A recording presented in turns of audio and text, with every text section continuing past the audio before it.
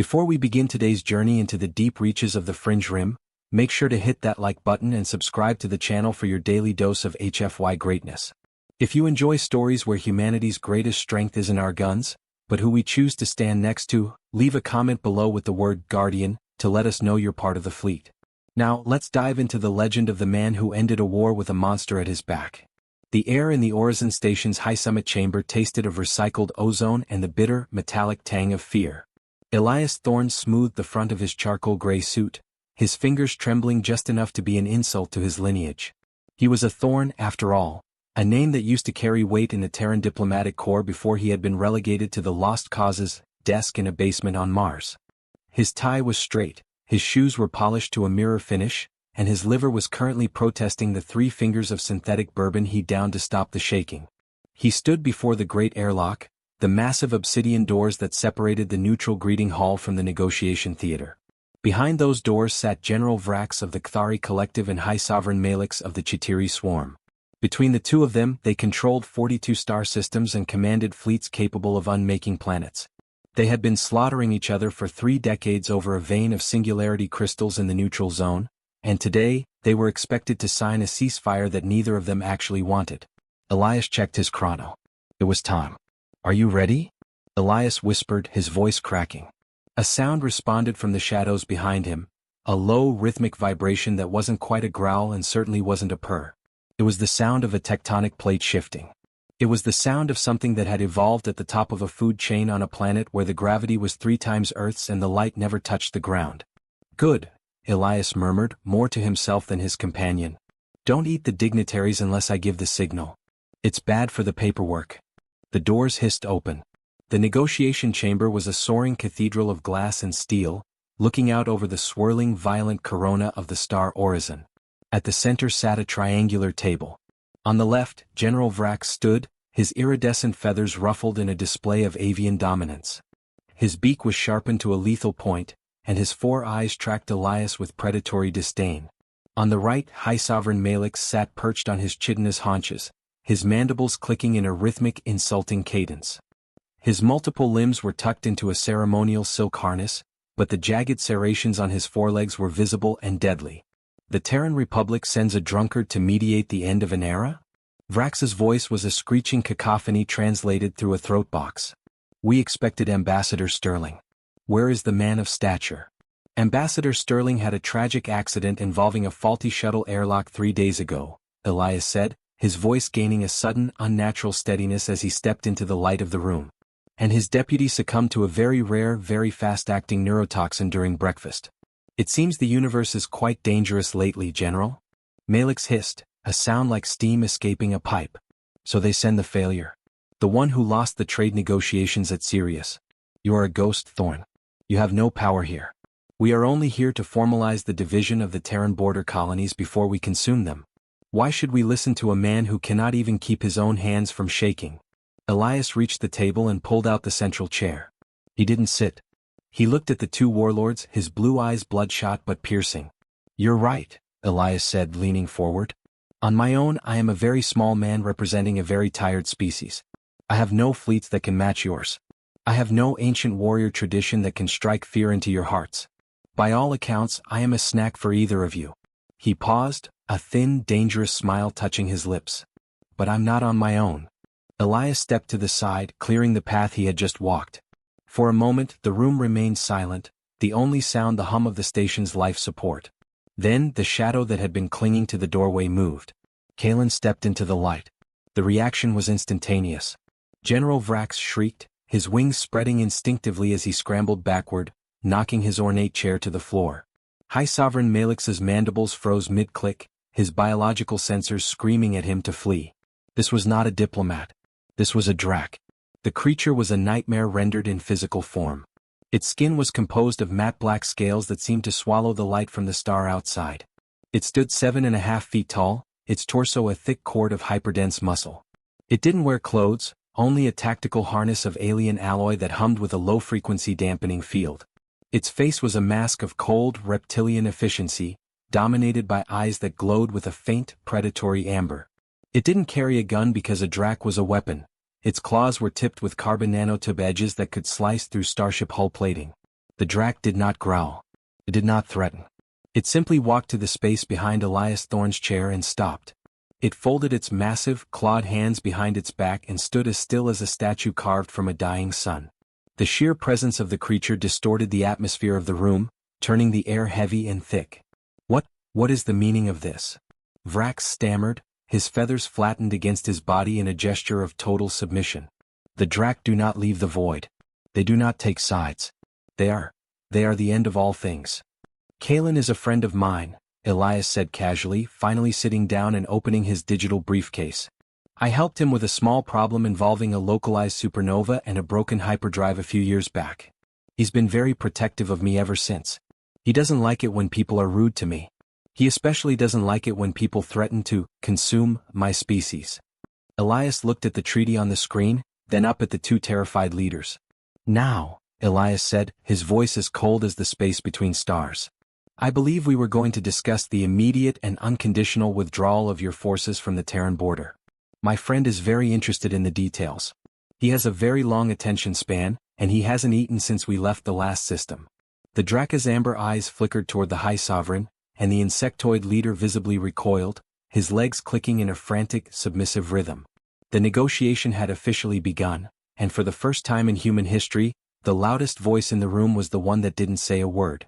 The silence that followed Kalen's entrance was not merely the absence of sound. It was a physical weight, a vacuum that sucked the bravado from the room and left only the raw, atavistic instinct to survive. Elias Thorne watched the two galactic sovereigns through the rim of his glass, noting the way General Vrax's throat sac fluttered in a panicked, staccato rhythm.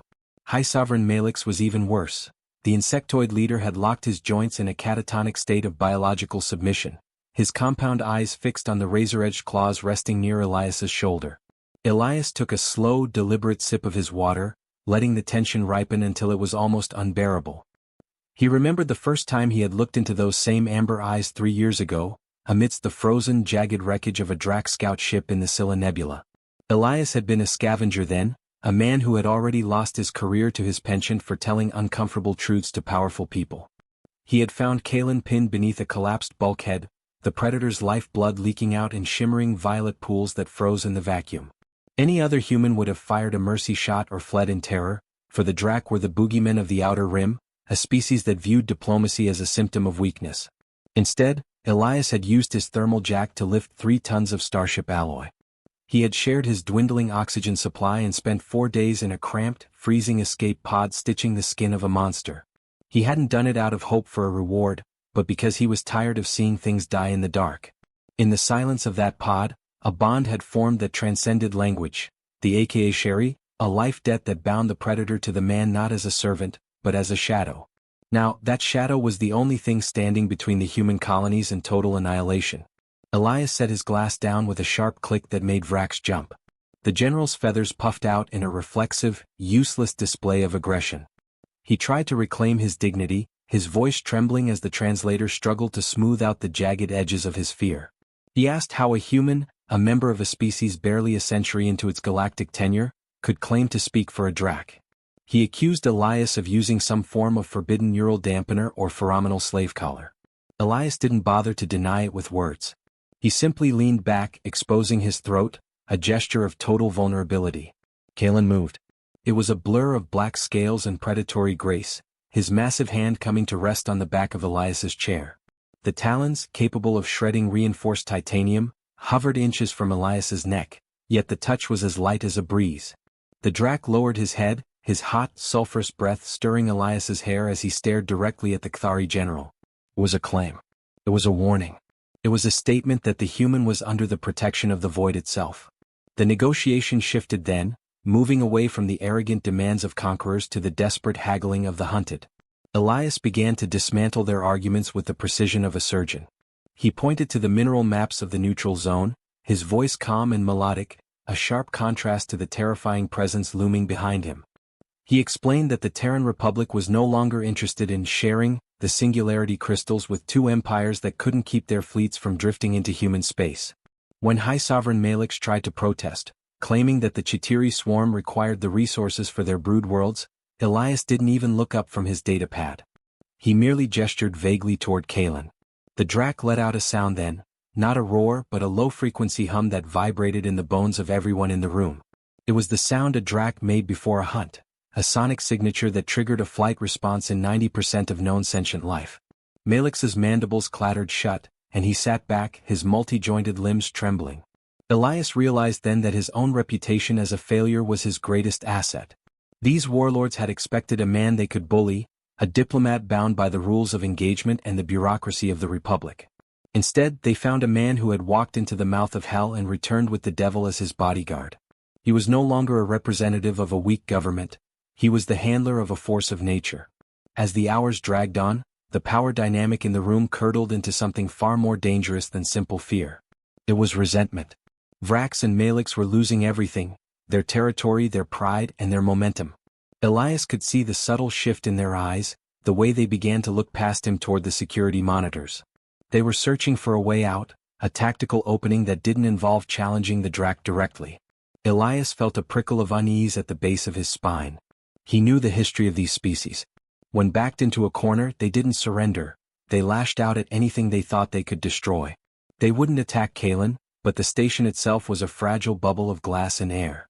Just as Elias reached the most critical clause of the treaty, the permanent demilitarization of the human border sectors, the station's primary lights flickered and died. The emergency red strobes kicked in, casting long demonic shadows across the walls. The hum of the life support system changed pitch, a dying groan that signaled a manual override of the station's core. General Vrax didn't look surprised. He looked relieved. He reached for a concealed communicator in his plumage, his eyes gleaming with a sudden, desperate malice. He told Elias that the negotiation was over and that the station's atmospheric venting would begin in 60 seconds. He claimed that while the drac might survive the vacuum for a time, the human would be a frozen corpse before the first rescue shuttle could arrive. Elias didn't panic. He didn't even stand up. He looked at Kalen, whose amber eyes were already glowing with a ferocious, predatory light in the crimson gloom. The human diplomat reached into his pocket, pulled out a small, battered lighter and flicked it. The tiny flame danced in the darkness, reflecting in the black scales of the warrior behind him. The diplomats think they have trapped a man in a cage with them, Elias thought, his heart finally finding a steady, rhythmic beat. They don't realize they've just turned off the lights in a room with a monster that doesn't need them to see. The crimson glow of the emergency lights transformed the negotiation chamber into a subterranean hellscape, casting flickering, elongated shadows that danced like specters against the reinforced hull. The low, rhythmic thrum of the station's life support had been replaced by a haunting silence, broken only by the distant, metallic groans of cooling vents. General Vrax's voice emerged from the darkness, no longer wavering with the frantic pitch of the hunted, but vibrating with the cold, calculated arrogance of a trap successfully sprung. He informed Elias that the station's internal sensors had been bypassed and that a squad of Kthari Shadow Strikers, the most lethal assassins in the collective, were already inside the room. He spoke of the vacuum that would soon claim the chamber and how the history of the Fringe Rim would be rewritten by the survivors. Elias Thorne did not move. He sat in his chair, the primary point of stillness in a world that had suddenly become fluid and lethal. He reached into the inner pocket of his charcoal suit and pulled out a small, battered silver flask. The metal was cold against his palm, a grounding sensation as he unscrewed the cap and took a slow, measured pull of the synthetic bourbon. The liquid burned its way down his throat, a sharp contrast to the chilling atmosphere of the room. He could hear the faint, scratching sounds of claws on metal coming from the ceiling. The assassins were moving through the maintenance crawlspaces, preparing to descend. They were invisible to the naked eye, shielded by thermo-optic cloaking that rendered them as nothing more than ripples in the air.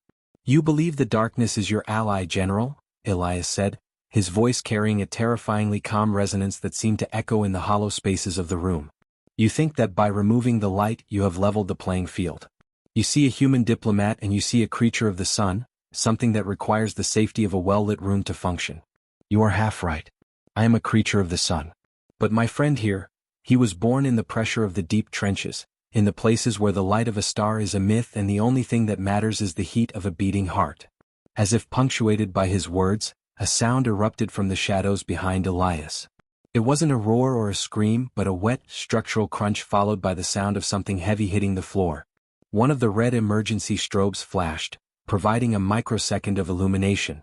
In that heartbeat of light, a grisly tableau was revealed. A Kthari assassin, his cloaking field flickering and failing, was pinned against the obsidian table.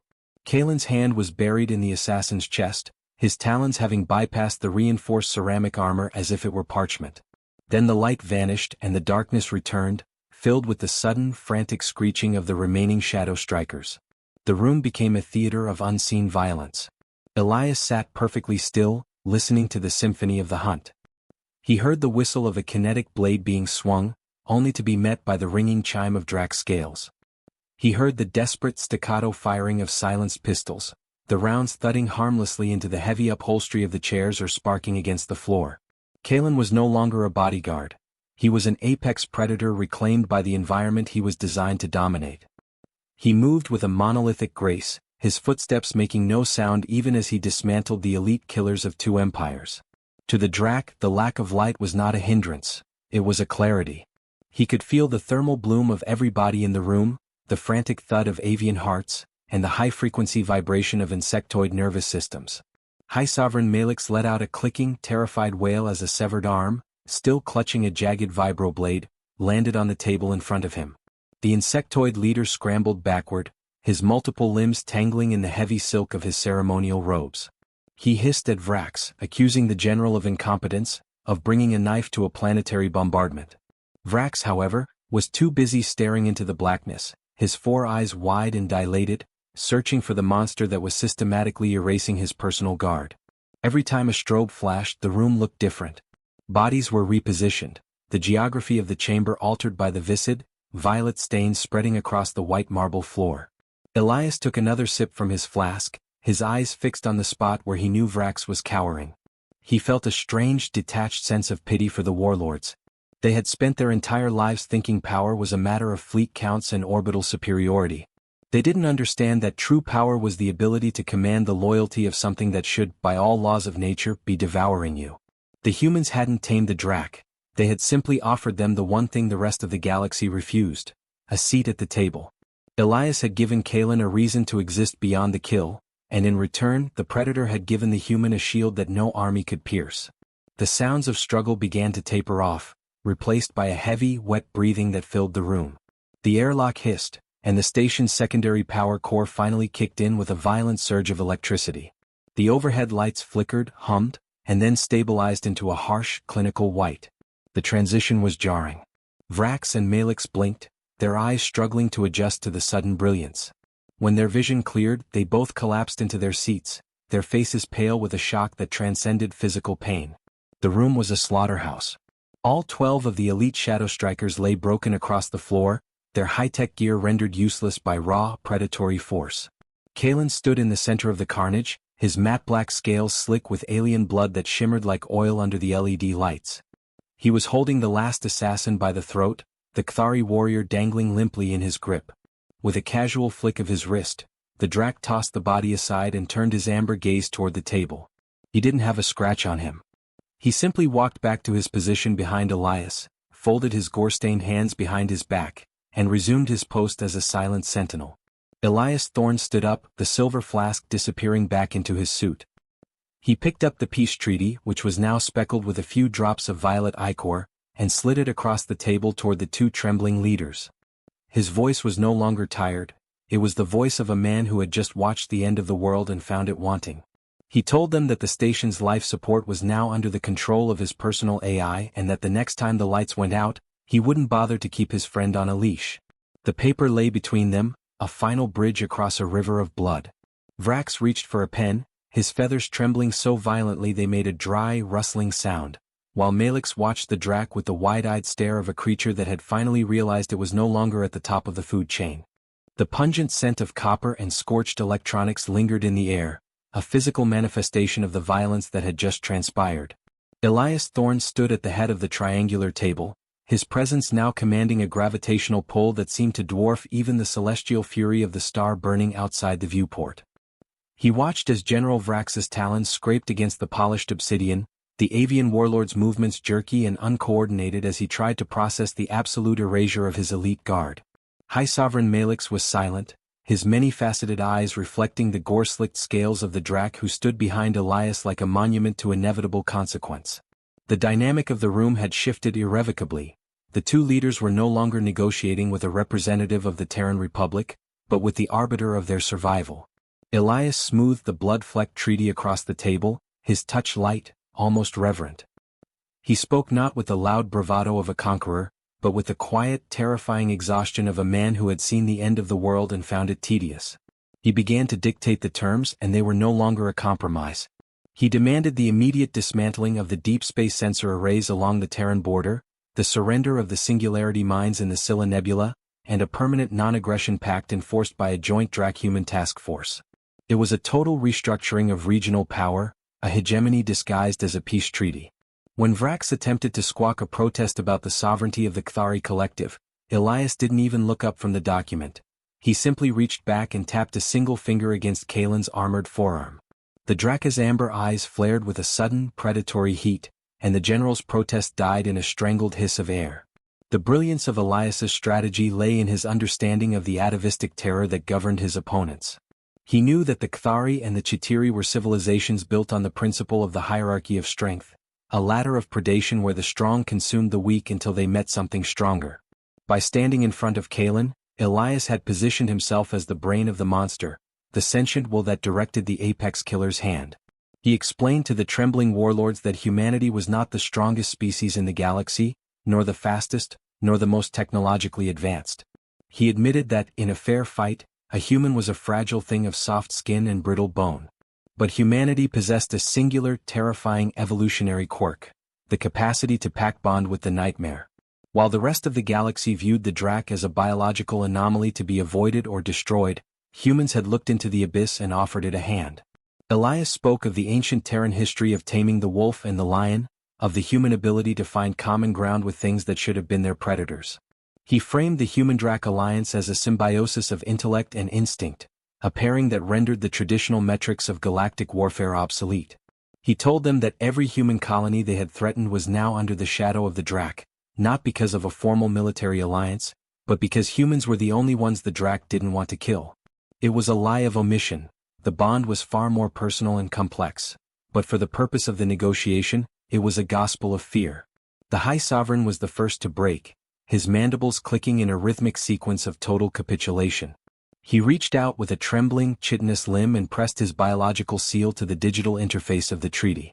Vrax followed moments later, his feathers matted and dull, his pride discarded on the floor alongside the corpses of his soldiers. As the signatures finalized, the red emergency lighting flickered off, and the warm, artificial sunlight of the station's standard cycle flooded the room. The change in lighting did little to diminish the carnage. If anything, the white light made the violet blood and broken armor look more vivid, more permanent. Elias picked up the data chip containing the signed accord and tucked it into his jacket, his movements methodical and devoid of triumph. He leaned over the table, his face inches from the general's beak, and whispered a final warning that wasn't for the record. He told them that he would be watching every troop movement and every long-range scan, and that if a single human life was lost to their greed, he wouldn't come back to negotiate. He wouldn't bring a treaty and he wouldn't bring a light. He would simply step aside and let Kalen finish the conversation he had started in the dark. The threat was visceral, bypassing the diplomatic filters of their translators and striking directly at their survival instincts. As Elias turned to leave, the heavy obsidian doors hissed open, revealing a cadre of human security forces who had finally regained access to the summit level. They stood in the doorway, their rifles raised, their faces masks of shock as they looked at the wreckage of the room and the blood-stained diplomat walking toward them. Elias didn't stop to explain or to offer a report. He walked through the line of soldiers as if they weren't there, his gaze fixed on the docking bay. Behind him, the rhythmic, heavy footsteps of the Drac echoed against the marble, a sound that reminded everyone present that the peace they had just won was a precarious thing, held together only by the will of a man who could talk to monsters. The weight of the day began to settle on Elias's shoulders, a crushing pressure that made his steps heavy and his breath shallow. He had saved billions of lives, but he had done so by becoming a different kind of monster himself, a master of a shadow he could never truly control. As he reached the threshold of the docking corridor, he felt a sharp, sudden vibration from the station's structural frame, a tremor that didn't originate from the life support or the power core. It was a signal, an unauthorized transmission from the deep void outside the station, and for the first time that day, Elias saw a flicker of genuine concern in Kalen's amber eyes. The promenade of the docking sector felt like a vacuum, the air thinned by the sheer absence of the fear that had previously saturated the station. Elias Thorne walked with a measured, heavy gait, his heels clicking against the deck plating in a rhythm that felt like a countdown. He did not look back at the carnage of the summit chamber, nor did he acknowledge the human soldiers who flattened themselves against the walls as he passed. His focus was entirely on the massive viewport at the end of the hall, where the velvet blackness of the fringe was being systematically erased. The vibration he had felt earlier was no longer a tremor, it was a subharmonic roar that vibrated in his marrow. A fleet of obsidian shards, each the size of a tectonic plate, had dropped from the void. They didn't hang in space like ships, they sat like predatory bruises against the stars. This was a Drak harvest fleet, the silent end of civilizations, and they had been summoned by the psychic resonance of Kalen's violent outburst in the darkness. Elias stopped at the glass, his reflection ghost-like against the encroaching shadows. He realized with a sickening clarity that the peace he had just negotiated was a house of cards. The Kthari and the Chitiri would honor the treaty only as long as they believed the Drak were under human control. If the Harvest Fleet began its work, the galaxy would burn, and humanity would be blamed for inviting the apocalypse to the table. Kalen stepped up beside him, his massive bulk casting a shadow that swallowed Elias whole. For the first time, the Predator didn't stand 3 steps behind, he stood as an equal. The Draka's amber eyes were fixed on the lead shard, a vessel that glowed with a sickening violet light. Elias saw the Predator's throat scales ripple, a sign of extreme physiological stress. Kalen wasn't just a warrior, he was a prince of the void, an exile whose very existence was an affront to the collective hive mind of his species. The fleet wasn't there to support them, it was there to reclaim its lost son and erase the witness who had dared to call him friend. "They are calling for the tithe," Elias whispered, his voice sounding small against the backdrop of an interstellar invasion. "They saw what you did for me. They saw the bond, Kalen. They think it's a weakness they need to cauterize." The Drak turned his head, his gaze meeting Elias's with a searing intensity. In that moment the Predator label vanished. Elias saw a soul that was ancient, lonely, and terrified. Kalen reached out, his clawed hand hovering near the glass, tracing the silhouette of the Harvest Fleet. Then, he did something he had never done in the presence of another living being. He touched his forehead to the cold transparency of the viewport and released a sound that wasn't a growl or a hum. It was a song, a haunting multitonal lament that bypassed the ears and spoke directly to the primal centers of the brain. It was a declaration of sovereignty, a rejection of the hive, and a vow of protection. Suddenly, the station's comms array exploded with a feedback loop of high-frequency shrieks. The Drak fleet didn't fire, they shivered. The angular shards began to rotate, their violet lights dimming as they reacted to Kalen's resonance. He was asserting the aka Sherry the life debt, not just over Elias, but over the space they occupied. He was claiming the human territory as his own hunting ground, a domain where the harvest was forbidden. It was a gamble of absolute scale, an exile challenging the gods of his own pantheon for the sake of a man who had once shared a breath of oxygen in a dying pod. The tension in the promenade reached a breaking point as the lead Drak vessel drifted closer, its prow aimed like a spear at the heart of the station. Elias didn't flinch. He reached out and placed his small, soft hand over Kalen's armored knuckles. The contrast was absurd, a creature of slaughter and a creature of speech, joined at the edge of the abyss. Elias poured every ounce of his will into that touch, offering the Drak the only thing the hive couldn't, a singular, unbreakable tether to the light. He spoke into the silence, his voice amplified by the station's internal speakers, broadcasting to the cowering warlords and the encroaching fleet alike. "You see us as prey and predator," Elias shouted, his eyes burning with a defiance that defied the physics of the room. "But we are the third power. We are the bridge and the blade. If you cross this line, you do not fight a diplomat or a rogue warrior. You fight the evolution of the galaxy itself. We are the pact that does not break." As if in response, the Harvest Fleet began to bleed back into the void. One by one, the obsidian shards folded into themselves, slipping through the cracks of reality until only the distant, indifferent stars remained. The silence that returned was different this time. It was not the silence of fear but the silence of a new era. The vibration in the deck stopped. The pressure in Elias's chest eased, though the weight of what they had just become settled permanently onto his soul. They had stopped the war and they had repelled the harvest, but they had also marked humanity as the keepers of the monster. Elias slumped against the glass, his legs finally giving out. He slid down until he was sitting on the cold deck, his charcoal suit ruined by sweat and soot. Kalen didn't move. He stood looking out at the empty space where his family had just been, his matte black scales reflecting the orange dawn of the orison star. After a long moment, the Drac knelt, his massive frame folding with a grace that felt like a prayer. He didn't speak, but he looked at Elias and inclined his head in a gesture of absolute, terrifying loyalty. "We're going to be very busy, aren't we?" Elias asked, a faint, tired smile touching his lips. Kalen's amber eyes flickered, and he let out a low, soft vibration that sounded remarkably like an agreement.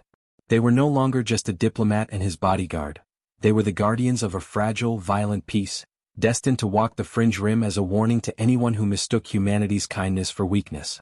Behind the man stood the predator, and behind the predator stood the only species crazy enough to love him. Together, they turned away from the stars and began the long walk back to the ships, ready to face a galaxy that was finally, truly afraid of the dark.